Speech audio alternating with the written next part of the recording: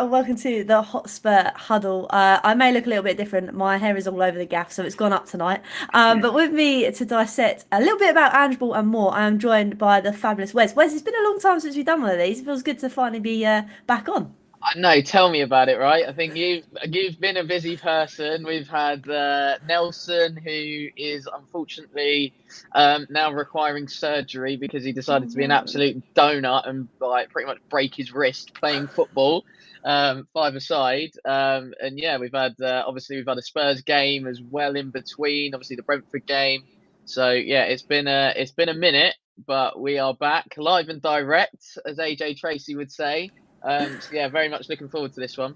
No, it should be a good one. And like I say, with your amazing brain in terms of your tactical knowledge, we get to dive deep into it. So it's going to be a good one. And obviously, welcome to everybody that's tuning in nice and early. Welcome, welcome to a lovely Wednesday show. Obviously, today's show is sponsored by the lovely, when I can find it, Kofa. So, Wes, I'm going to let you far away and let everybody know a bit about Kofa.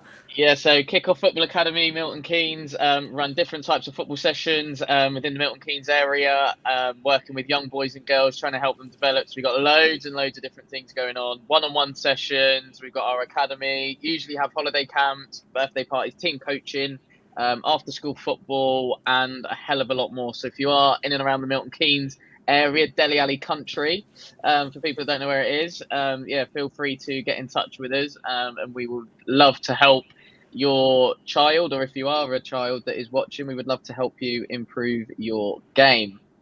Love it, man. Love it. Just like yeah, intro, outro. Sorry, it was just as good. So thank you, Wes. Thank But you yeah, very make much. sure you go and check that one out, guys. But let's talk about obviously Ange because as we know, Wes, there's been quite a few fans that have been discussing whether Ange is turning a little bit predictable. But let's kind of, before we get to that point, let's kind of bring up obviously Sunday's game and the fact that obviously Ange Yes. decided that he was going to stick with those inverted fullbacks. So, for your point of view, how did you kind of find the likes of Davies and Emerson playing that role?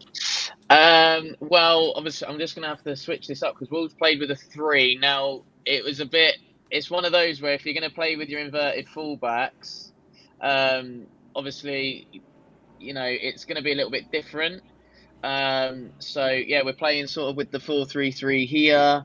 But yeah, we've got three centre backs. So you could argue Wolves could ideally go man to man here.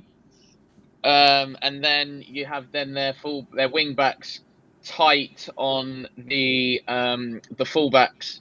But I think the main difference for me was Ben Davis and Emerson were both sort of in, these kind of areas here.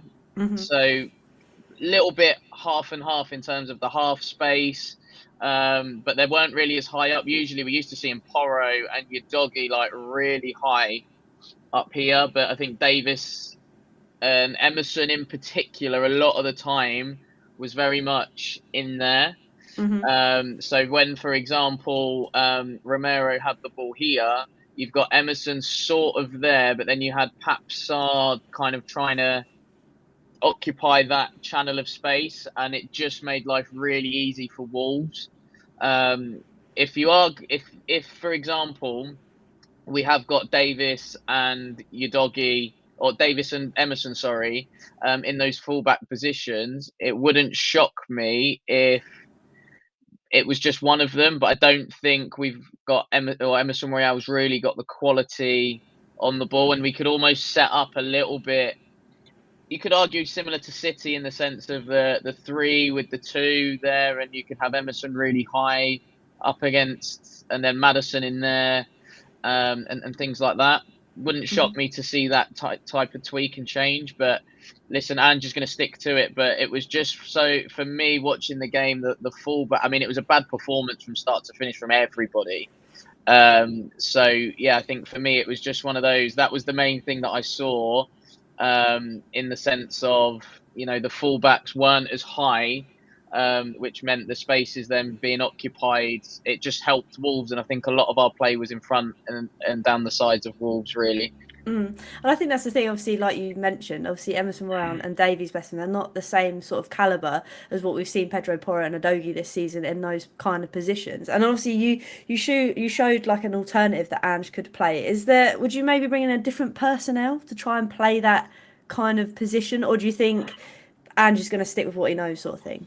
I think Ange is definitely going to stick with what he knows. He's not going to change. It's very much a case of, I think nowadays coaches are very much, right, we've got a plan in which how we want to play. We've got our principles of and how we want to play.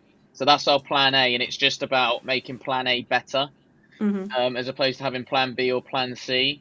But if it was a personnel change, it would probably be Romero, Dragoshin, potentially, or Van de Ven, but having Davis maybe as a left-sided centre back. So sort of in possession, we set up as a three when we're trying to build, and then you would have your Basuma, Sarr. You can then have Madison floating and roaming a little bit more. You could have, I don't know if it is going to be Emerson. It's probably more than likely. Just get him a little bit more central, but I don't think he's that good on the ball. So I think right back wise, don't have too many options in there. But I think, yeah, if you're going to do that, if we're going to have and build with a three, you then would have Saar probably in this pocket there, Basuma there, and then Emerson, Madison just sort of free roaming, and trying to link the play then with the front three. And I think that's the thing, like you said, it just wasn't working against Wolves. Before we move on, I want to say a big thank you to Alan again, massive up on the raid. Welcome to everybody that's tuning in. We're doing a Hotspur Huddle tonight, where Wes is magically dissecting what kind of went wrong against Wolves, shall we say? But Wes, that kind of moves you on to the next bit. So we've spoken about those inverted fullbacks. I want to talk about the first goal because it seems like in recent weeks we haven't been protecting Vicario. And then this week we decided to forget everything that goes on in defending a corner and just Yeah. allowed them a free header, basically. Yeah, so I'm gonna have to do a lot of moving here, Holly. Sorry. Forgive me I didn't there. pre-warn you, did I? No, so with how we're setting up at corners, quite interesting. Very zonal. So I know people have their thing, zonal, man to man, da da da. Which one? We actually had Madison on a player who was on the goalkeeper, and was trying to get them off the goalkeeper. I think it was probably Pedro Neto that was good on the set pieces, and then it was Joao Gomez, I think, that had a free header. But that was the thing. It literally was like a free header. We pretty much have everybody back from a corner, and we're marking and we're defending spaces, not faces. That comes from an old school kind of PE term in there. But yeah, Wolves loaded the box quite well. And yeah, I think from their point of view, it was very much a case of look, just get players in the box, occupy the different spaces there where Spurs potentially aren't going to do anything. You sometimes have the little bus queue, if you like, towards the back here. You probably have maybe one there. But listen, when you go zonal, it's always that fear of if somebody gets a run on you, that player's got the advantage. But this one was just so strange because it was a free header, not that far out from goal. So yeah, that was just it. Just looked like somebody not taking responsibility for their player there. And yeah, like I say, free header, no more than 10 yards out from goal, and that's criminal defending by anybody's standard, really. I think that's the thing that's so frustrating. We've gone from one extreme to the other of not protecting our goalkeeper to now heavily protecting them and not actually picking up the players. Do you think that's obviously it's something we do need to work on? But do you think maybe switching to man is probably the way forward for Spurs?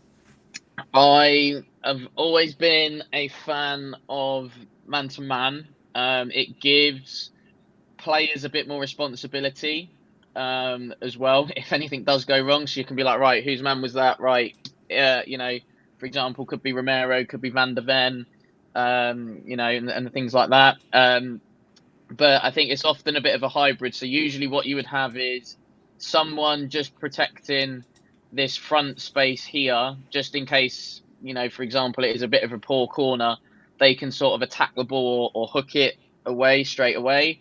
And then we get out en masse, so to speak. So we then just counter with loads of numbers. But yeah, no, I've always been a fan of man to man. I just think players are a bit more aware of what to do.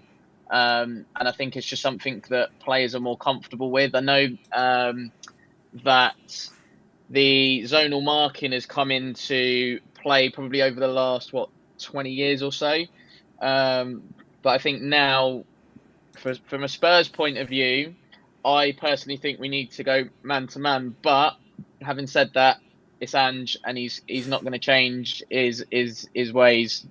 No, and I think that's the thing in terms of, like you say, we can say all these things, but we know and we're starting to see that Ange is very stubborn. And I'm kind of going to go back to obviously that point right at the start, which is there's lots of Spurs fans saying that his football is predictable. Now, for me, I think it's too soon to say that it's predictable. I think it's just frustrating at the minute that we can't seem to pick up the points. Now, do you think that's because his football's predictable, or do you think it's just the way of the nature things have gone with injuries and players being out?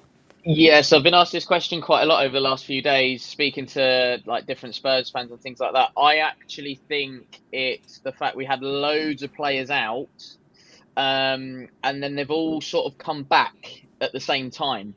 So because of that, and because actually we're playing less games, I think we're struggling to find and get the rhythm of the team back, because we've had so many coming back and they're building up match fitness and match sharpness. And so, like I say, because of that, and because we've got less games, it's like the games that we do play are more important Hmm. for us. For example, if we were in, I don't know, say Conference League or whatever, you can drip feed the injured players back a little bit easier. Whereas because we can't, and it's like, right, Premier League, go, we got to go again, we got to go again. It's made life for a bit trickier then for us to integrate the players back in. So yeah, I think that is, and then obviously we had a couple of games and then we had a break. We've now had a couple of games again, League Cup final, so no game for us this weekend. So we got 2 weeks off, and then we got to try and build and regain momentum again. So it's a bit now stop start, and I think that's probably going to be the case for us now as we hit towards the end of the season, because most of the teams in the Premier League are obviously still in the FA Cup, so there's going to be more weeks where we're not playing because potentially our opponent is in the FA Cup. So yeah, I think that stop-start nature hasn't helped either. It's good to get players back, of course it is, but when you're trying to, as a player, when you're trying to rebuild and regain match fitness and match sharpness, yeah, it's not ideal. No, and I think that's the thing. I think with us Spurs fans, we can be a little bit impatient because we've put up with such rubbish after a long period of time. But I also think it's perspective as well, Wes, because obviously there's lots of people saying it's predictable. I'm not saying they seem to forget the other factors that are going on, like you mentioned, but it's almost like to think where we were at the start of the season to think where we are now. It's not a pretty bad conclusion at the moment. No, I think if you were to ask any Spurs fan at the start of the season, you got a new manager coming in, you're going to lose your best player the eve of the season, and to be sitting where we are, I think every Spurs fan would have snapped your hand off, because let's be honest, we all thought, well, without Harry Kane, we're going to be finishing mid-table. Hmm. I know that I was definitely one of those that was thinking, right, we're going to finish mid-table because we're not. I mean, we were a decent side, but without Kane, it was like Kane made us a lot better than what we really were. So yeah, it was just one of those where, like, we're seeing the style of football and you're thinking, right, this might take a bit of time. Obviously, new manager, time to implement ideas. But no, Ange has come in and has just, gone with it. The players have taken to it on the whole quite well. I think even, seeing the likes of Lloris and Dyer and even someone like Fraser Forster coming out and saying, look, I might not be playing every week, but the way Ange has made me feel as a player has just been top class. So, everybody speaks very highly of Ange from a playing point of view. The staff all seem to respect him really well. I like the fact that he lets coach's coach and take the sessions, and then he kind of gets into his groove. I think they call it match day -1 and match day and on game day. So that's when he comes into his own. So yeah, no, like I say, I think, but like I say, if you'd have offered this situation scenario that we're going to be in to any Spurs fan at the start of the season, I think, like I say, would have snapped your hand off because, you know, we're in the hunt for Champions League football. And I think we were all hoping for a Conference League at best. So yeah, let's take the positives out of this season. All right, we're having a bit of a indifferent time at the minute. But listen, there's going to be bumps in the road, and I'd rather have it now, early on in the Ange project, if you like, than, you know, when we are on the cusp of really achieving something special.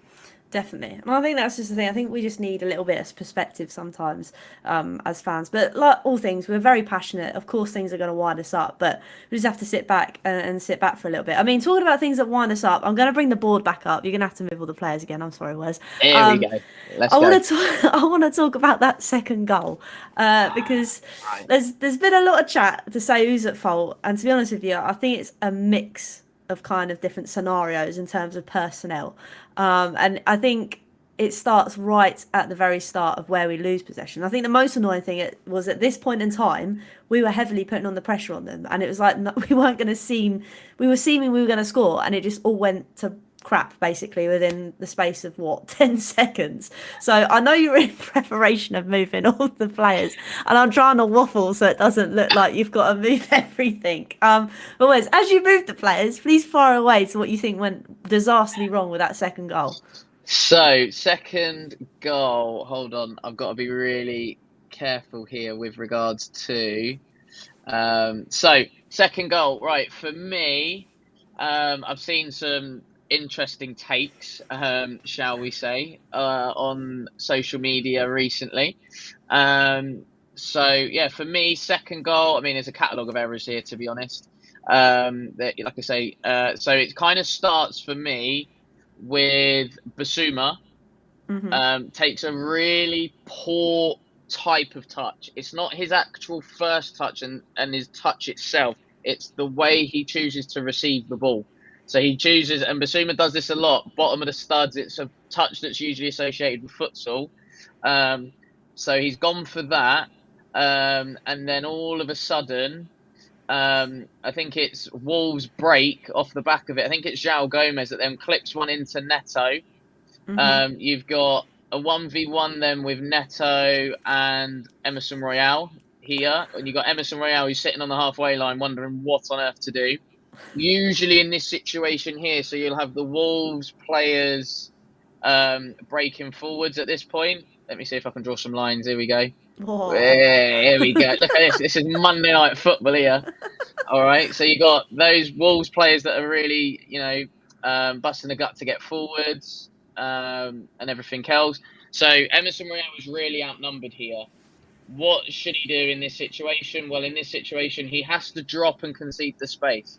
However, if somebody like Van der Ven, as he did, kind of recovers round, I don't think I'm going to be able to change the colour on that, I'm afraid. So until Mickey Van der Ven covers round like he tried to do, drop and concede your space. Allow our players to get back. And Basuma was making a recovery run back as well. I think Papsar was, or it might have been Bentancur actually, who was trying. But as soon as Van der Ven gets in here, right, now you've got a bit of cover. So you can then look to, now you can look to engage. So I think at this point, Neto's up here. Emerson Royale's still looking over his shoulder. You've got Van der Ven on the cover. João Gomez is breaking stride. I think there was someone else from Wolves at this point breaking forwards as well. Maybe another couple. But for me, the interesting thing was Basuma. He jogs back as opposed to sprints back. But then with Neto, he absolutely sits Emerson Royale on his backside. So because of that, Van der Ven is then going, oh bugger, I'm gonna have to go towards the ball. And then you see João Gomez here get on the ball. but there's a really good angle actually. I was watching it on Match of the Day, and it shows it really clearly. Yves Bissouma doesn't actually track the run of João Gomez, so because of that, it then gives João Gomez the opportunity then to finish. Hmm. Whereas if Bissouma does track the run, you would probably have Bissouma there, meaning that if Gomez is to shoot, he's likely to get a block, or again, he's probably going to get sent to the shops with a bit of a touch and disguise from João Gomez. Mm. Yeah, it wasn't a very good kind of. I don't want to say defensive. Defensive break isn't the right term, as you can tell. I'm not very good at my terms, but it almost seemed like I was shouting at the telly for ages, telling Emerson to go across, and it wasn't Yes. until he got into the box that he decided that he was going to go across, and I think that's the most annoying thing. But obviously, going away from that game, it was very frustrating. And we've said about obviously how it's just, I think, a little blip in terms of our form at the moment. Like you said earlier, in terms of the fact that we haven't played many games, there isn't a lot of, what's the words? Gameplay for these players that have come back from being away in tournaments or being injured to really get into their stride and their rhythm. But there's obviously one more thing that I kind of want to talk about, and that's in terms of obviously I know we've spoken a little bit on Ange and the fact that he's stubborn, this, that, and the other. And I don't think it's a major problem, but lots of people are commenting on his subs and his timings of subs. Hmm. How, what do you kind of feel that the substitutions that he's kind of making and at the certain times of the games? Yeah, so if I look at the Brighton game in particular, Bentancur, that was his worst 45 minutes first half that I've ever seen him having a Spurs shirt. I thought he was absolutely awful. And for Bentancur to be awful says a lot because I love Rodrigo Bentancur. I think he's probably one of our best players. But he was just not at it. But it was credit to Brighton and the way they set up. They did a number on him in basically what they did and what De Zerbi did in terms of his setup was said to Welbeck, okay, just sit on Bentancur. We know he likes to drop in and get on the ball, but just sit on him and make sure he doesn't get it. So Brighton were almost allowing our centre backs to have the ball. So I think there was that particular change. I think I'd have made at half time. I'd have bought him off and bought Basuma on. And I think actually when Basuma did come on, he changed the game against Brighton because I thought he was wicked. And then I think it was Son on for who was it? I think it might have been Richarlison because Richarlison had a bad game. It's quite interesting because Richarlison's last couple of games haven't been great, and it's just coincided with the fact that Heung-min Son's come back. So yeah, I'd have probably made those two changes at half time against Brighton. I think Wolves on Saturday. Interesting one. I don't. It was just a poor day at the office. I think I would have probably put the Celso on for Maddison because I don't think Maddison was great. So yeah, I'd have probably done that one. And who else? There was another one. I think I'd have probably taken Richarlison off and put Werner on again. But yeah, I think obviously Brennan Johnson coming on against Brighton, obviously nicked the winning goal. But again, his performance when he came on, horrendous. And it wouldn't have shocked me to see if Brennan Johnson had skied that chance that he obviously scored from. It was just the way that his game was going at that point. So yeah, I think in terms of it seems with Ange's changes Where's Ollie sometimes back? I'm here. I'm here. But yeah, it seems sometimes with Ange's subs they're very like for like. And I mean, to be fair to him, he did try and go for it on Saturday. It was probably just one of them where it was just a little bit too late. Yeah. But yeah, if I look at how we performed as a team on Saturday, probably say Van der Ven and Vicaria are the only two that can come out really with any credit. I thought Vicaria made good saves when he needed to, and then Van der Ven, like generational talent. Like I've said it. He's generational. He's unbelievable, Mickey Van der Ven. So they were the two for me that come out with a bit of credit. I think also Romero slows the game down too often for me. Like when we're trying to build and progress through the pitch, he does take his sweet time, but I don't really want to tell him because he'll probably clump me or something. To be fair, so but yeah, he does take a lot of time on the ball.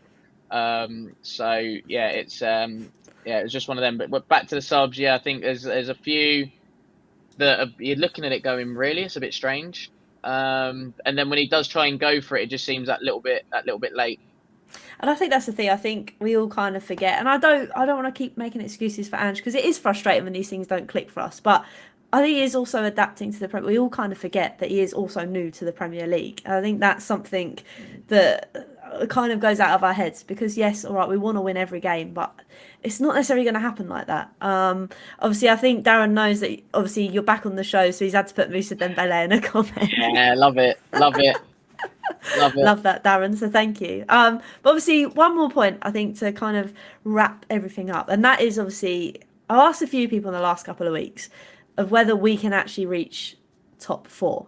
And obviously, like we said at the start of the show, it's crazy to think that we're now having this discussion after everything that went on in the summer. But for you, is top four a reality, or do you think it's going to be something that might be just a little bit out of our reach?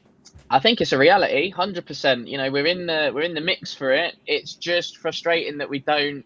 It's kind of typical Tottenham. We don't sort of make the most of results going our way.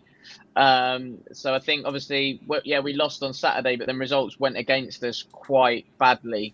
So yeah, that really didn't help the cause. Obviously Arsenal won, so they're pulling away. I think it's them, City, Liverpool, pretty much. But that full spot's up for grabs. I think obviously Villa picking up a win, United winning. So so teams sort of in and around us picked up points. But no, top four is definitely achievable for Spurs. This is going to sound really strange. Do I actually want us to be in the Champions League? Yeah, it'd be great. Of course it would. But I think in terms of where we are, I think it might just be like a little bit too soon. Like if we get there, it would be fabulous. Don't get me wrong. Like I say, but I think if we were to qualify for the Europa League, I would be more than satisfied with that. And I think actually it would probably be a bit more of a fairer representation of where we are at the moment and what we've got in terms of squad personnel. Because I think we're going to have to do a lot, and there's going to have to be a lot of change, I think, for us to be a bit more of a Champions League top four team. If we want to actually do something in the Champions League, then like I say, there's going to have to be quite a lot that will need to happen in the summer. It's good that we are looking a bit more to youth in terms of our recruitment policy, which is nice. But yeah, I think just for where we are at the moment, I think Champions League might come a little bit too soon. So yeah, I think if we were to be in the Europa League, I'd be more than happy with that. I think that's a great point because obviously we always talk about top four and Champions League, but when you actually break it down in terms of where we kind of are on our journey, I think you're exactly right. It might be too much of a big jump. Obviously, we're not going to turn it down if it does happen, but it does seem a little bit too much of a jump. And like you said, we've still got a lot of work to do in the summer, but fingers crossed, obviously that does work. And I'm actually going to ask you one more question, Wes. I'm kind of like giving lots of suspense. And obviously, like you said, we've got this little bit of break, and our next game is obviously Palace at home. There's a little bit of obviously a new manager bounce. Bless Roy. I hope he has a speedy recovery. But Yes. how do you kind of see that one going down? Obviously, Ange's a little bit of stubbornness. Do you think he's going to obviously, no, I don't want to say turn it around because it's not a catastrophe, but do you know what I mean? Yeah, I mean Palace is always it seems like a bit of a tricky fixture for us, especially at Selhurst. We seem to have a bit of a mixed record. I think at home we're not too bad, but yeah, new manager. I think this new manager as well got a completely different way of playing. It's very much. If anybody watched Frankfurt in their run in the Europa League, will understand kind of how they operate and how Glasner's probably going to look to implement it at Palace. Whether that comes straight away against us or whether that's going to take a bit of time, obviously, who knows? But yeah, does he switch to a three at the back like he did have at Frankfurt? Does he stay with a four like Palace have been playing a lot of the time? So yeah, no, it's going to be an interesting battle. Maybe a back three versus a back four, and the problems that will throw up. But yeah, he's got a decent set of players there, Oliver Glasner, and yeah, obviously we know the strengths of Elise and Eze and players like that, and Adam Wharton, who's come in from Blackburn and has had some really good games for Palace. and things like that. So yeah, no, it's going to be an interesting game. We are both going to be in attendance, I believe, Holly, Oh yeah. as well. So yeah, that'll be a good one. But no, like I say, I think Palace now are going to go from a team that will counter to being a bit more on the front foot, and coming onto teams and stepping onto them much higher up the pitch. I think under Roy they were very much defensively tried to be defensively solid first and then counter, but still had the option then to play through the pitch if they had the opportunity to do so. Whereas Glasner, I think, is going to completely change it and go the other way. Like I say, going to be much more higher up the pitch now, and I think Palace fans have good reason to be excited because, like I say, if you saw them running the Europa League, obviously what they did to West Ham, as well, and who knows, someone like Eze could end up being in a similar mould to Kamada, who ended up getting a move to Lazio, and arriving late into the box, getting on the end of things and scoring goals. Yeah, and I think that's the thing that stresses me out because the last time I was at Tottenham was a Chelsea game. So if I jinx this one as well, I will be staying away. But no, like you say, I just wish and I just hope, Wes, because I found in the Wolves game that we just didn't move the ball quick enough as well. I think that was the problem with our game. Do you think Ange would drill it into them to actually move the ball quick? Yeah, I think there's been a video circling today on the Twitter sphere, and it's emphasising the fact of moving the ball at speed. And I think someone like Maddison, who is definitely key for us in doing that, times against Wolves, he was seeing the passes, and you think, right, Madders, you can see it and you can play it. Fucking play it. You know what I mean? So yeah, he kind of then sort of hung back and then was like apologized. Like, no, Madders, if you see it, just do it. So I think that's got to be the message coming from Ange, is to get the ball moving quickly, because I think when we have done that as a team this season, we've been good to watch. It's been exciting to watch, and we've got a lot of success from that. You even look at the Bournemouth game away, start of the season, for Maddison's goal, the way how quickly we moved the ball, and we got a goal at the end of it. So it's definitely there. We just need to see it a bit more often. Hopefully, I think it will click. It's just frustrating at the minute where it's not really happening like we want it to. But Wes, it's been amazing tonight to be back on with you. It has been a very long time, but we've been back. Before we go, obviously, I want you again to say, because obviously this show is sponsored by the wonderful Kofa. So Wes, far away with Kofa. Yes, so Kickoff Football Academy Milton Keynes, or Kofa MK, is my football coaching business in Milton Keynes area, Delhi Alley Country. So we run lots and lots of different types of sessions, do lots and lots of one-on-ones. We have our academy sessions. We tend to do holiday camps as well. We've had some group masterclasses and things like that happening this half term, just to try something a little bit different. And also we've got birthday parties, team coaching as well. So if you are a grassroots club, and want us to come in and deliver a session for you, then please get in touch with us. And we look forward to helping young boys and girls across the Milton Keynes area to hopefully make them better, and develop them and take them on their next step along their footballing journey. I love it, Wes. And just like that, we've come to the end. But we saved the best thing till last, Wes, and that is for you to tell everybody where they can find you. I'm so ready for it. It's been a while. Yes, here we go. Outro. Twitter's at Wezo10, the unofficial Moussa Dembele fan account, because he is my favourite all-time Spurs player, the greatest of all time, even said so by his peers, and everybody that has played with him. So yeah, Twitter on there. I'm starting to tweet a bit more now. I don't know if that's a good thing or a bad thing. Could end up getting me in trouble one day, who knows. And then I am on Instagram at Wezo32, usually at a Spurs game, and stuff like that as well. So yeah, tend to be there. And then obviously Kofa, Kickoff Football Academy Milton Keynes, across all your socials. So that's Facebook, Instagram, TikTok as well. And I'm also on TikTok as well, Wezo _3_2, I believe. That's a new one. So yeah, we've got lots and lots of good things coming up as well from Kofa. So yeah, keep your eyes peeled. I love it. No, thank you, Wes. I mean, you said Facebook, which triggered me a slightly little bit. It's because if you don't Sorry. know, they've decided to boot me off because I've shared my own content on there. So you will never find me on Facebook ever again. I've gone missing.